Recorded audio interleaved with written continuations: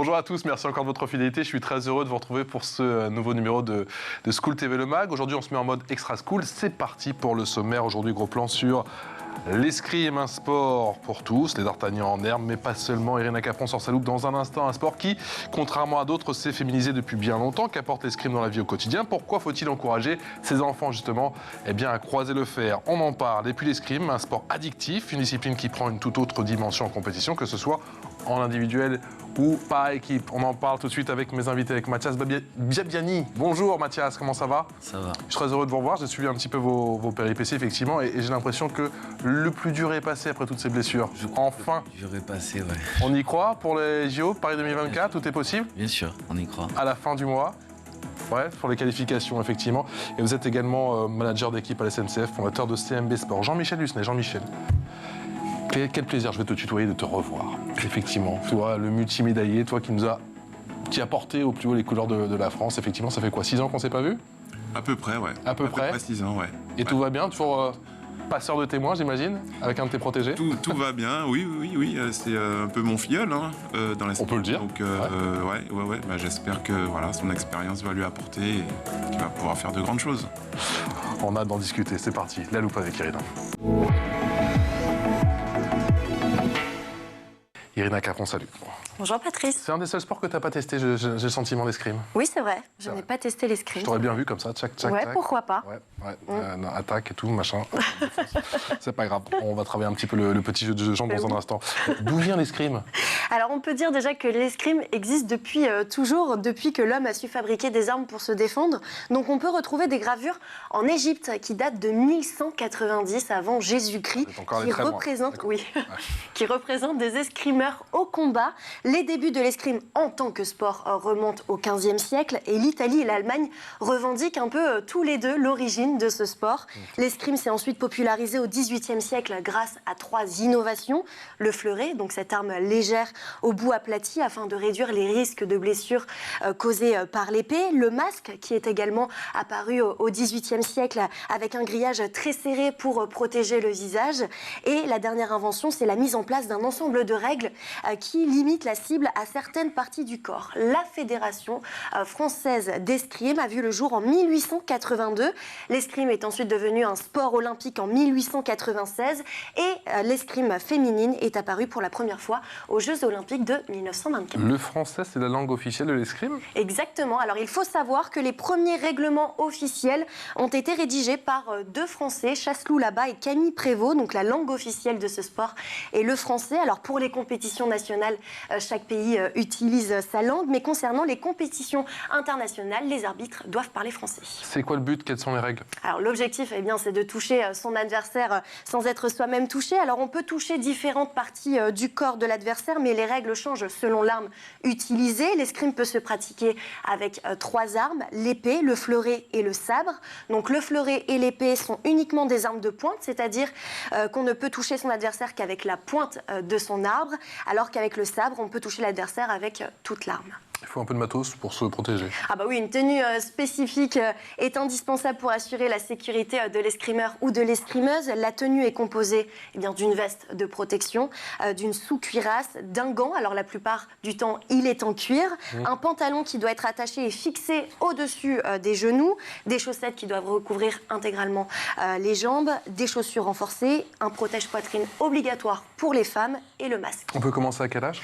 Alors on peut commencer dès le plus jeune âge, dès 4 ans avec du matériel adapté, mais vous pouvez également débuter à n'importe quel âge. L'escrime est accessible à toute personne, également aux personnes handicapées. L'escrime peut se pratiquer en loisir, en compétition, pour le plaisir ou la performance. Vous pouvez d'ailleurs trouver un club d'escrime près de chez vous sur le site de la Fédération française d'escrime. Loisir ou compétition, quels sont les bienfaits de ce sport? Eh bien, comme tout sport, l'escrime fait du bien sur le plan physique et sur le plan mental. Alors du côté physique, l'escrime apporte de la souplesse, de l'équilibre, de la vitesse, de la précision et de la tonicité dans les muscles. Et au niveau psychologique, pratiquer l'escrime va apporter de la confiance en soi, stimuler l'attention grâce à la concentration et développer la capacité d'adaptation et d'anticipation grâce à la vitesse des gestes et des mouvements. Merci Irina, c'est parti pour l'expression orale.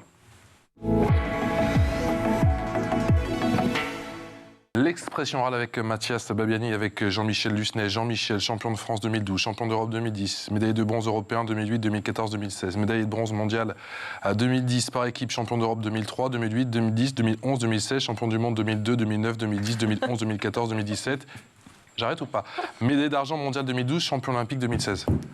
Je sais, j'aurais pu faire un tableau. C'est quoi ton meilleur souvenir? Waouh, il y en a beaucoup, hein. Bon, s'il faut rester sur un dernier... Par équipe, souvenir, individuel? Je pense toujours à l'équipe, en fait. Toujours plus fort, Rio 2016? Oui, Rio 2016, c'est énorme parce que c'est une traversée de génération. C'est l'un des derniers objectifs de ma carrière.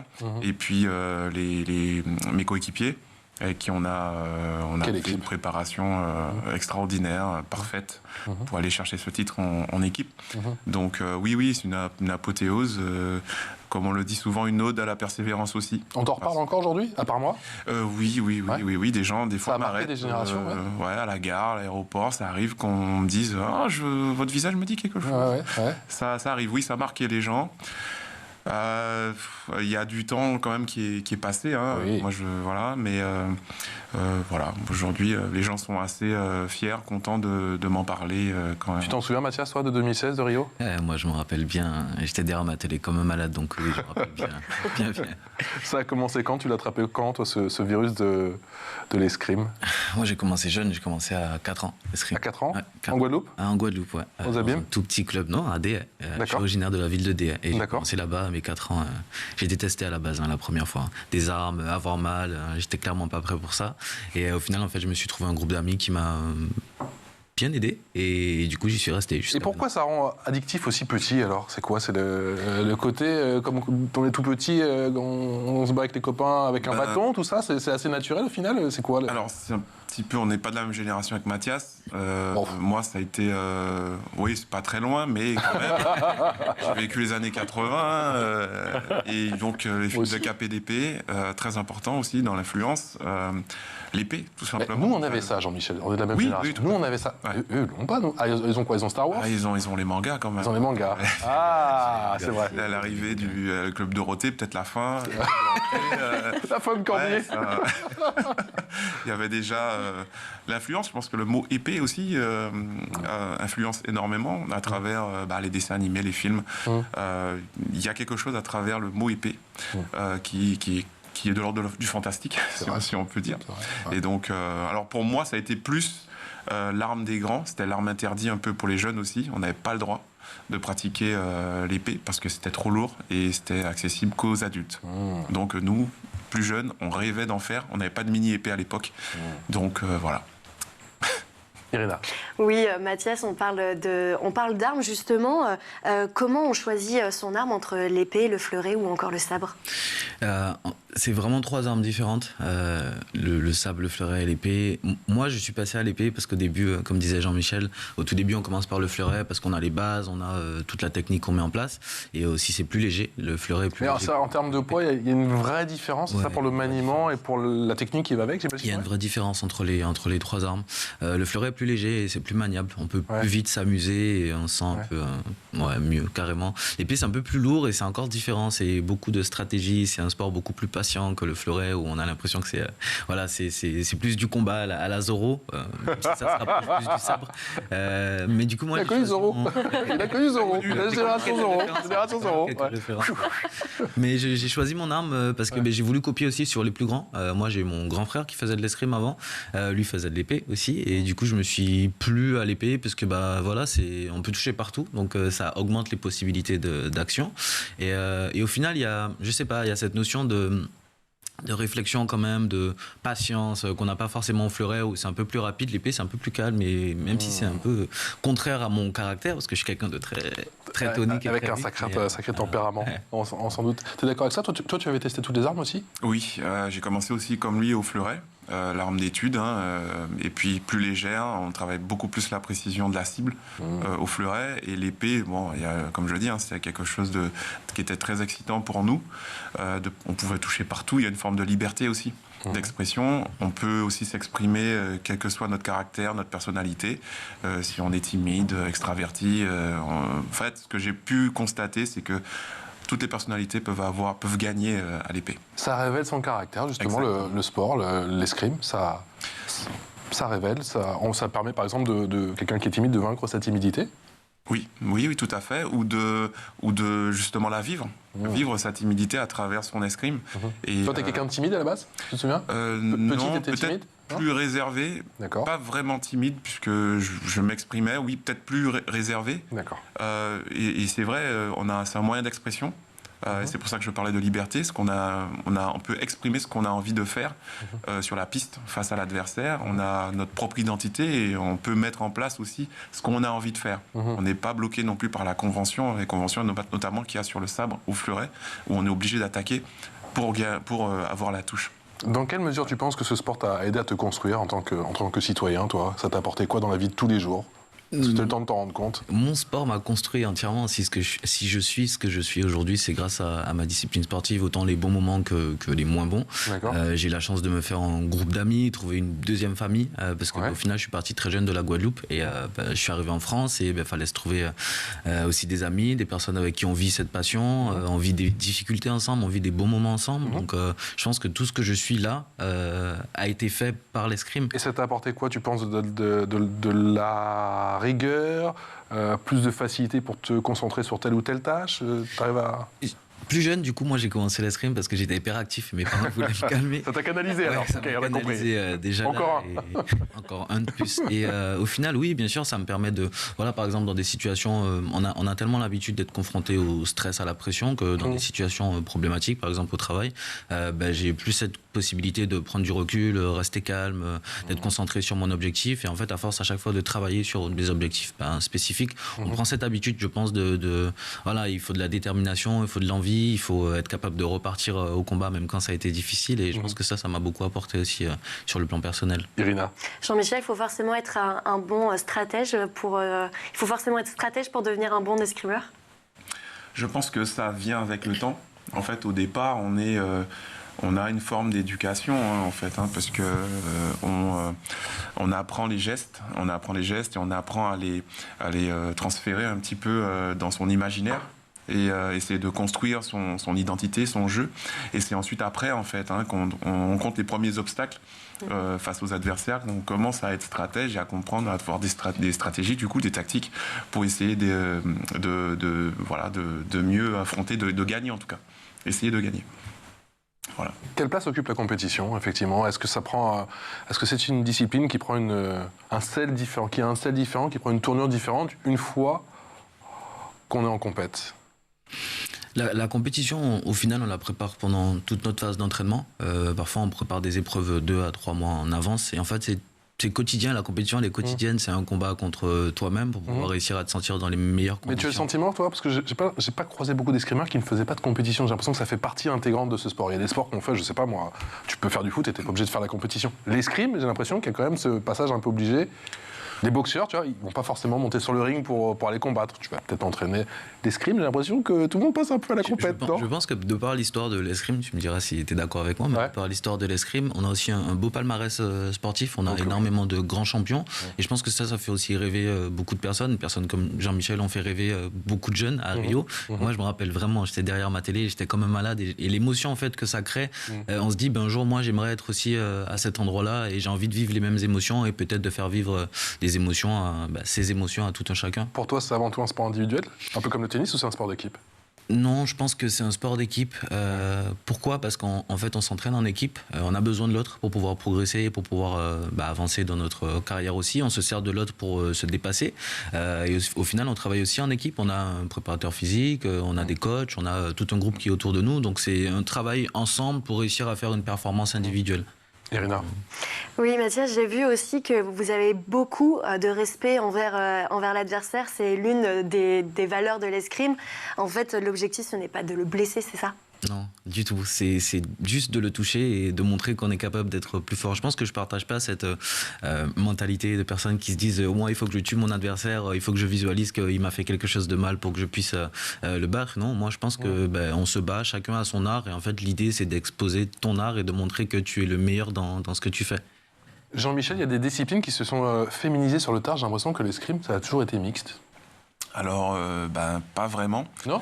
Pas toutes les disciplines, en tout cas. Par exemple, quand on pense à l'épée olympique, notamment l'épée dame, la première femme à être championne olympique à l'épée dame, c'est Laura Flessel, en 1996. La guêpe.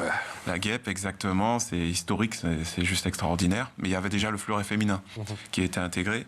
Donc, non, on grandit encore. On a besoin de grandir, de l'émancipation. Donc il y a encore des efforts à faire, tu me dis, d'accord. Oui. J'ai le sentiment qu'il n'y avait pas ce décalage-là dans l'escrime, mais tu me dis que si, encore, il faut... Oui, beaucoup moins, mais quand même.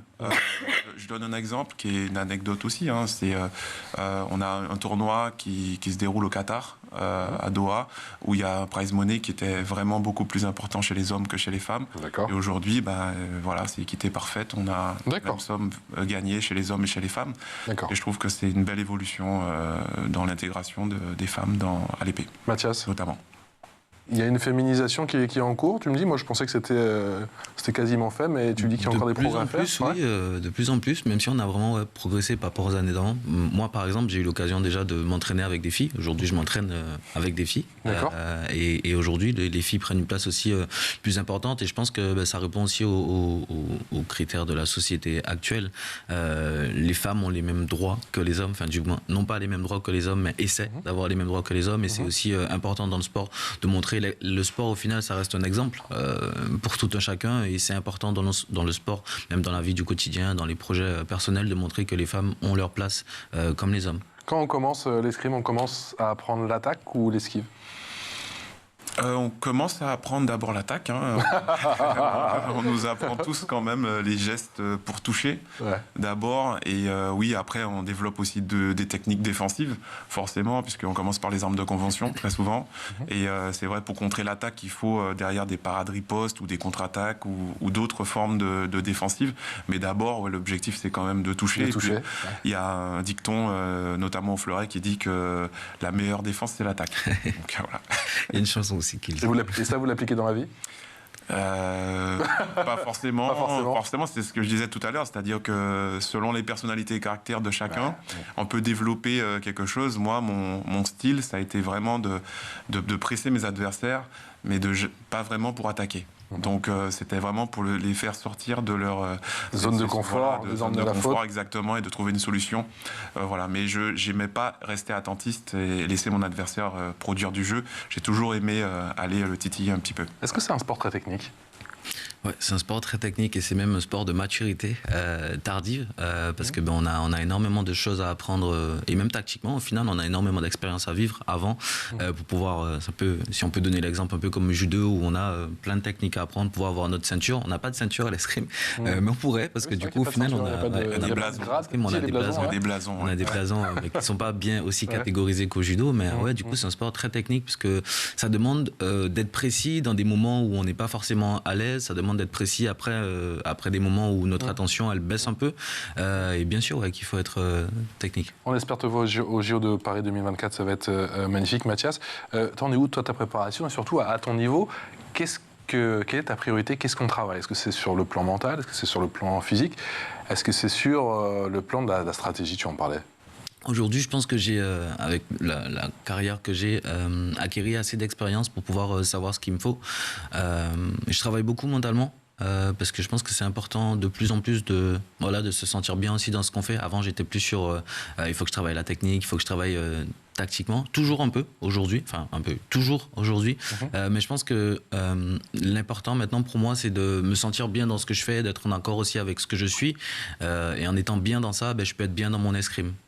Contrairement à avant où physiquement il fallait que je me sente vraiment bien pour pouvoir te sentir confiant et performer. C'est ça. Aujourd'hui j'ai besoin de me sentir vraiment bien dans ce que je fais, dans ce que je suis pour pouvoir être bien dans ma discipline sportive. Elle est compliquée cette équation, Jean-Michel. Oui, parce que Mathias le dit très bien, je pense que c'est aussi avec le temps qu'on acquiert un mental d'acier, si on peut dire, mais il faut toujours savoir qu'on peut rechuter. Donc il y a aussi les blessures. Justement, est-ce que c'est un sport dangereux, l'escrime? Non, c'est pas un sport dangereux, mais c'est un sport pratiqué au haut niveau, et donc qui dit haut niveau dit risque de blessure aussi, risque d'échec aussi dans les compétitions. Donc ça demande une préparation, une préparation optimale aussi techniquement, aussi bien physiquement, technique, et puis forcément, on a des objectifs à court, moyen et long terme qui sont tous importants parce que chacun va construire la victoire de l'objectif qu'on s'est fixé le plus important en tout cas. Et en ce qui concerne les Jeux, là, il reste une année. Les Jeux Olympiques, ça se construit pendant 4 ans pratiquement, des fois un peu plus. Et c'est toute notre histoire en fait. C'est tout ce qu'on aura créé durant ces 4 ans qui vont résulter du résultat final. Et ce qui compte, Mathias en a parlé aussi, c'est quand même le mental, être costaud, et pour ça, dans sa vie de tous les jours, il faut être bien.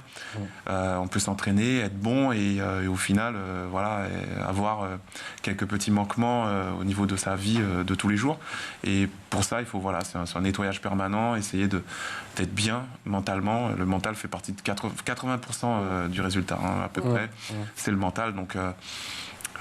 ça en dit long sur tout ce qui touche cet aspect-là. Après, il y a des choses pour lesquelles on n'est pas acteur. Je prends un exemple, les transports, l'hôtel. Il y a plein de facteurs auxquels il faut être préparé.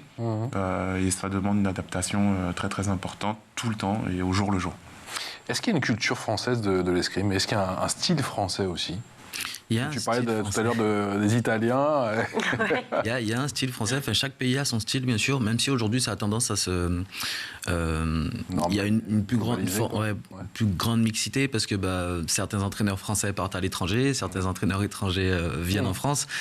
Et en fait, aujourd'hui, le style tend à être un peu plus homogène, même si ça reste l'escrime, ça reste aussi une personnalité. Et même dans le style français, chacun est en capacité de pouvoir avoir un peu un style différent. Par exemple, un Jean-Michel qui était très fluide, qui, comme il disait, il aimait titiller ses adversaires et les empêcher d'être dans un confort. Il y en a qui, au contraire, se sentent très très bien dans un confort et ne veulent pas trop en faire. Et il y en a qui font tout le temps. Donc même s'il y a un style français, je pense que chaque personnalité aussi est définie en tant que telle. Et c'est ça qui fait au final la beauté de ce sport. Moi, j'ai toujours voulu exprimer ma différence de par mon sport.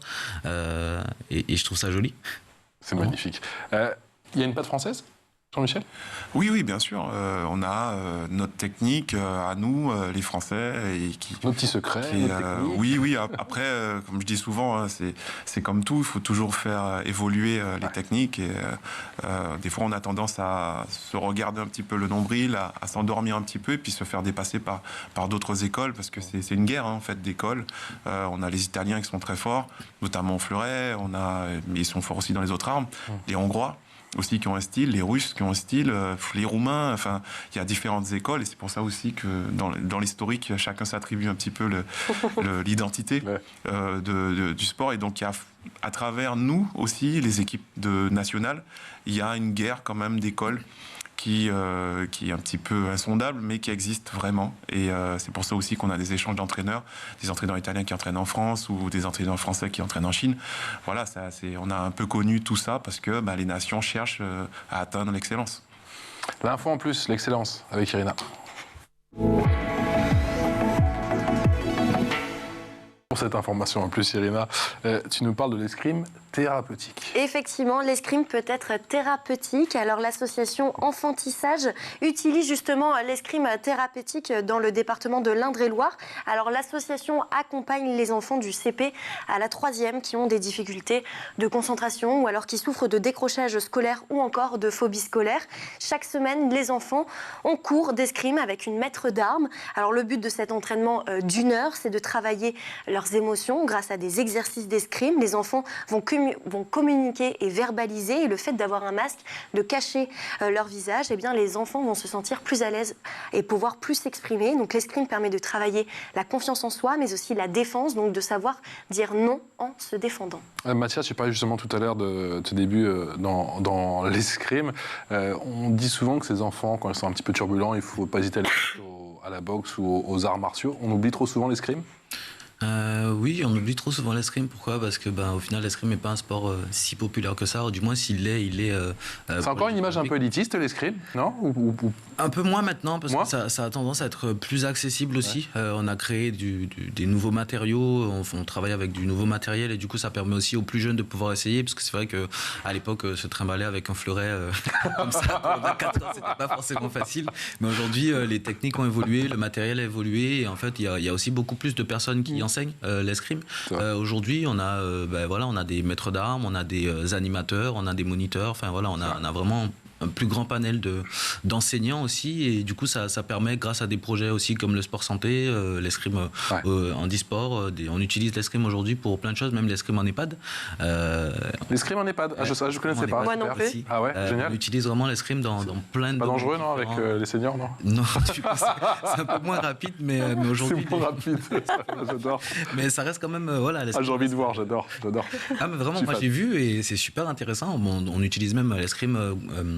pour les femmes atteintes de cancer du sein, par exemple, pour pouvoir permettre à ces femmes de retrouver une mobilité, se réintégrer aussi dans la société. Donc on utilise vraiment l'escrime pour plein de domaines différents, et ça a tendance à être un peu plus populaire. On a l'escrime laser, le sabre laser. Ah bah ça, on a fait toute une émission là-dessus, je peux vous assurer, attention, on a fait une démonstration même... on avait éteint les lumières, attention, ça rigole pas, quoi. C'est incroyable. Non, bien sûr, l'escrime a tendance... Ça fait partie de la Fédération Française d'Escrime, d'ailleurs. Oui, ça fait partie de la Fédération Française d'Escrime. Il y a eu des championnats, là, récemment, championnat de France de sabre laser.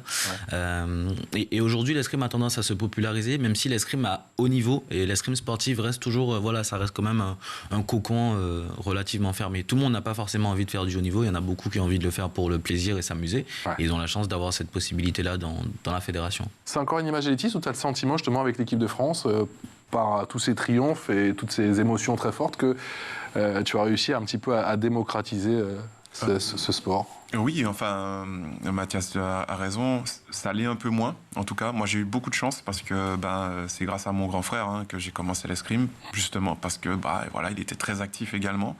Et pour le canaliser, on avait proposé 3 sports à l'époque, c'était tir à l'arc, judo et escrime. Donc c'était connu à l'époque. Après, moi je viens de la Martinique, donc c'était forcément centralisé sur Fort-de-France. Mais aujourd'hui, c'est quand même plus accessible. J'enseigne aussi aujourd'hui dans un club, et je me rends compte que il y a beaucoup de gens qui veulent découvrir. Les journées des associations aussi permettent de découvrir ce sport, et c'est vrai que ça touche peut-être un peu plus le public. Et puis il y a l'aspect Jeux Olympiques aussi qui est très important pour nous, où il faut vraiment communiquer sur cette pratique pour attirer un peu plus de monde. Mathias, c'est le fondateur de CMB Sport, et tu utilises la réalité virtuelle? J'utilise la réalité virtuelle pour... du coup, oui, effectivement, je suis le fondateur de CMB Sports. On utilise l'escrime en réalité virtuelle pour pouvoir faire l'équivalent de la même chose que ce qu'on fait en réel, mais l'offrir à tout un chacun. Justement, l'idée d'utiliser la réalité virtuelle, c'est de pouvoir projeter des personnes, par exemple, qui n'ont pas la possibilité... C'est-à-dire quoi, on arrive, tu es devant la console, devant l'ordinateur, tu mets le casque, c'est ça? Non, c'est ça, on a un casque indépendant. D'accord. Avec lequel tu peux te déplacer. En fait, tu fais exactement les mêmes mouvements et la même chose que tu peux faire sur une piste. Ah, on voit là, super. D'accord, on voit les images. Exactement ça. Donc l'idée, en fait, de... On va offrir ça à Irina. C'est génial, moi j'adore. Avec plaisir. L'idée, en fait, c'est de pouvoir démocratiser aussi un peu plus l'escrime. Comme disait Jean-Michel, on essaie par d'autres moyens, d'autres technologies, de pouvoir faire connaître notre discipline sportive. La réalité virtuelle, c'est quelque chose qui a tendance à se développer beaucoup aujourd'hui, même la réalité augmentée. Et en fait, on essaie de montrer un peu... C'est fidèle, parce que ça va à 10 000 à l'heure, votre sport. C'est fidèle. Oui, c'est fidèle à la réalité. Des sensations. On a la chance, en fait, de ne pas avoir cet impact qu'on peut recevoir sur la touche. Il y a beaucoup de personnes qui ont peur de l'impact, à qui ça fait mal. Mine de rien, je ne dis pas que l'escrime est un sport dangereux, mais ça peut arriver qu'à certains moments... Oui, comme tous les sports, bien sûr. Et aujourd'hui, en fait, on fait les mêmes gestuels qu'en escrime réel sans recevoir forcément les impacts. Donc, je trouve que c'est un moyen assez... différent, novateur et plaisant, parce que du coup la nouvelle génération aussi, que moi je fais partie aussi de cette nouvelle génération qui a cherché en fait par d'autres moyens, d'autres choses, l'apporter dans le sport. C'est vrai que moi je me suis inspiré de beaucoup d'autres disciplines, que ce soit sportive, que ce soit au niveau de la technologie, pour pouvoir apporter à ma discipline. On a travaillé à l'époque avec des Fitlight, c'était un peu révolutionnaire, l'idée d'avoir des lumières qui s'allument pour travailler la réactivité. On a l'équivalent de ça aussi dans le jeu. On a pas mal d'ateliers qui sont proposés en réalité virtuelle, et l'idée c'est vraiment d'apporter un plus à l'escrime et essayer de le démocratiser un peu plus, et au final trouver un public un peu différent pour montrer justement que c'est peut-être un peu moins élitiste et que c'est plus accessible à tous. Super, franchement c'est super. Et est-ce qu'en réalité virtuelle on a plus de chances de battre Jean-Michel Lucenay ou pas? Oui. Si on a vu le film Ready Player One, tout devient possible. Tout devient possible. Merci infiniment à tous les deux. Merci d'avoir été avec nous, Mathias Biabiani et Jean-Michel Lucenay, d'être venus nous présenter effectivement ce sport magnifique qu'est l'escrime, cette discipline magnifique. Et puis on croise les doigts pour toi, bien évidemment, Mathias. On espère que tu reviendras nous voir très très vite après t'être qualifié pour ces Jeux Olympiques. Et puis on parlera bien évidemment, on fera d'autres émissions sur l'escrime, ou pourquoi pas on fera une petite démo en mode Star Wars, parce que je sais qu'on a une grande fan sur ce plateau. À très vite, merci à tous les deux. Irène, on se retrouve demain pour un nouveau numéro de School TV Le Mag. Ciao.